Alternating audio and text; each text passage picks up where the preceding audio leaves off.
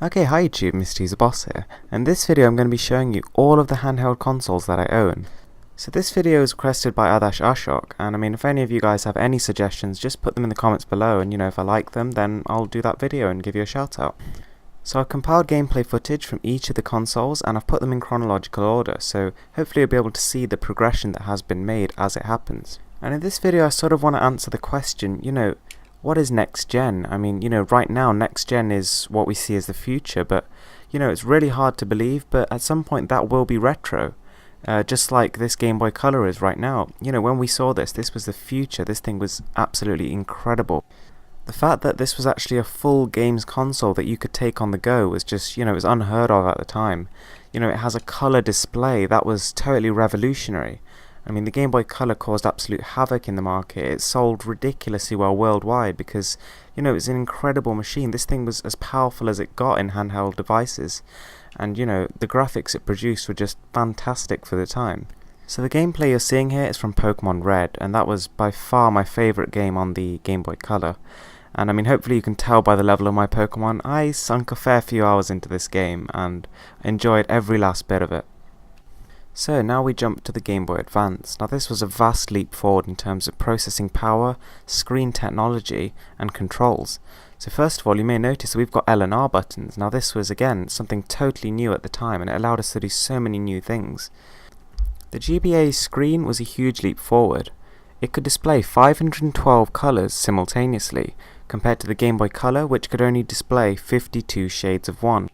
The Game Boy Advance also had a 16.78 MHz processor, which seems absolutely puny right now, but back then it was enough to, make people really get excited about this thing. One of the best things about both of the Game Boy Colour and the Game Boy Advance, which is soon to be ditched, was that they used AA batteries.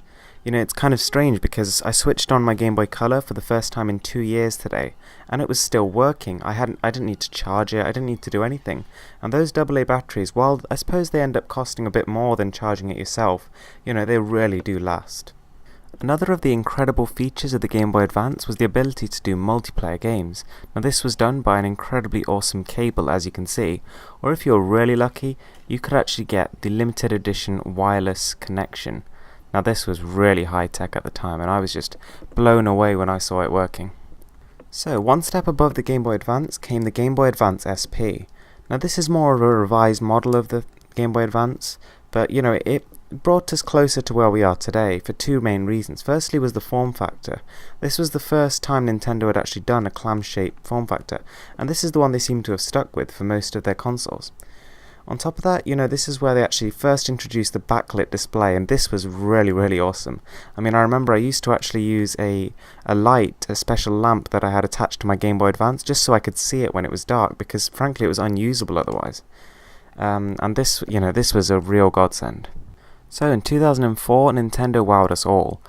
This was their first ever venture into the dual screen sort of realm, and no one had ever done it before. But I mean, once people saw it in action with games like Mario Kart, there was no questioning how innovative the idea was and how much it added to the gaming experience and the immersion. The Nintendo DS was, no doubt it was revolutionary. Never before had anyone seen a console quite like this. It had stereo speakers, it had a beautiful, rich, sharp display. It had a touchscreen on it. I mean, this had never been done before either. I mean, touchscreen on a, dedicated console, that was pretty much unheard of. And this was one of the first touchscreens available to consumers worldwide. And it was games like Mario Kart and, Dr. Kawashima's Brain Training that really got a large majority of people who weren't previously into gaming. And the 3DS was really, really powerful. I mean, it was probably the most powerful mainstream portable device when it was released. And this allowed it to create, for the first time really, 3D graphics on a portable console. And they looked absolutely fantastic. And as you can see, Mario Kart here, this looks really good. Even today it looks pretty decent, and that was the launch title, so imagine the reaction back then. So then came the PlayStation Portable, and this is by far the console I've played the most on altogether. I mean, this thing had so many awesome games, I just didn't have enough time for them. I mean, just to name a few, there was Ratchet and Clank, there was God of War, there was Patapon, there was Loco Roco, there was Monster Hunter. It was just vast, and I enjoyed every last bit of it. The PSP was a bit of a weird console because it actually used UMD, so it's the first ever handheld console to use like a disc-based medium, and this meant a few things. Firstly, as you can probably tell, really long load times, longer than any other system. Secondly, there's this constant whirring sound as the game's discs need to actually be read by the console. Seriously though, like quirks aside, the PSP was the must-have media device of that generation. I mean, this screen, this 4.3-inch screen was absolutely luscious. I mean, it was the sharpest screen, it was the ultimate media device. It had stereo speakers, this thing had buttons which are really nice even today. When it launched, the PSP was so far ahead of the competition in terms of specs. I mean, people were just drooling, literally. I mean, imagine seeing God of War running on the first time on a handheld, when, the most graphically impressive game you'd seen before that was like Mario Kart or Pokemon. And next up is the 3DS. So, this is really something quite special, because I mean, if you compare this to the original DS, it's way better. Some of the actual improvements include stereo speakers instead of mono speakers, 3D display versus 2D display, better buttons, bigger displays, ridiculously more powerful, front camera, rear dual cameras, joystick, and the list goes on. So I mean, to sum up, the 3DS is a really big step forward. It offers new, enhanced gameplay capabilities, it's a lot more powerful than the PlayStation Portable, and it's just totally unique. I mean, it's a totally fresh take on everything. I mean, although it is still a two-screen clamshell design like the original DS, the DSi, and all the other sort of DS-ish sort of consoles that Nintendo's had, this time they really have taken it a step further. The 3D adds a lot to the immersion, and is definitely more than just a gimmick in my opinion. On top of that, the games are actually much richer than they were, 10 years ago. And they seem to offer a lot more depth. I mean, a lot of games, back in the day, they were created just, for a bus ride or that kind of thing. Just when you had a bit of time to kill. Whereas now, games are almost like a lifestyle. So I suppose games have gotten deeper, they've gotten stronger storylines. And the more powerful consoles gives the artists more, room to express themselves.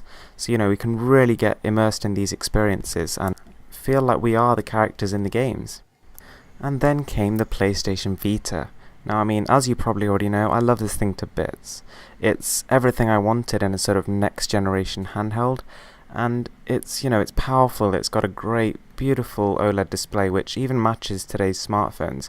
Maybe not on the resolution front, but it's still crisp enough, but the color reproduction is just still beautiful. On top of that, it's really powerful, and as you can see, I mean, playing Killzone Mercenary, you can't even tell it's not a home console. I mean, this thing produces graphics that would have got a standing ovation on home consoles a few years ago. Okay, yes, I'll admit, the Vita does have some flaws. I mean, it's got lots of gimmicky features, things like gyroscope, accelerometer, the back touch panel. They've not really been used to their full extent, and to be honest, I still think that Sony would be better off ditching it in their next model just to keep the cost down. On top of that, bringing up costs, it's the memory cards. They're still ridiculously highly priced, and they have no reason to be proprietary. It makes no sense, and I'm sure Sony could have done without. Having said that, I mean, I would have happily paid twice the price of the Vita to get what this thing is, and I just think not enough people know about it and what it does for it to reach mass appeal. Now, the last one on my list is a little bit of a different one, and this is the Nvidia Shield. So as you all may know, I'm a really big fan of this thing, and it's not a typical handheld console like the others, in that, it's an open platform. So generally speaking, and there have been some exceptions for this, but generally speaking, developers do not make games specifically for the Nvidia Shield, but they will optimize their game so that it runs with it, and is compatible with the controller. But I mean, Shield does a lot more than just play Android games. Firstly, it plays Android games very well. I mean, it's got still probably the most powerful internals of any, Android device today. And, it can run pretty much everything super smooth.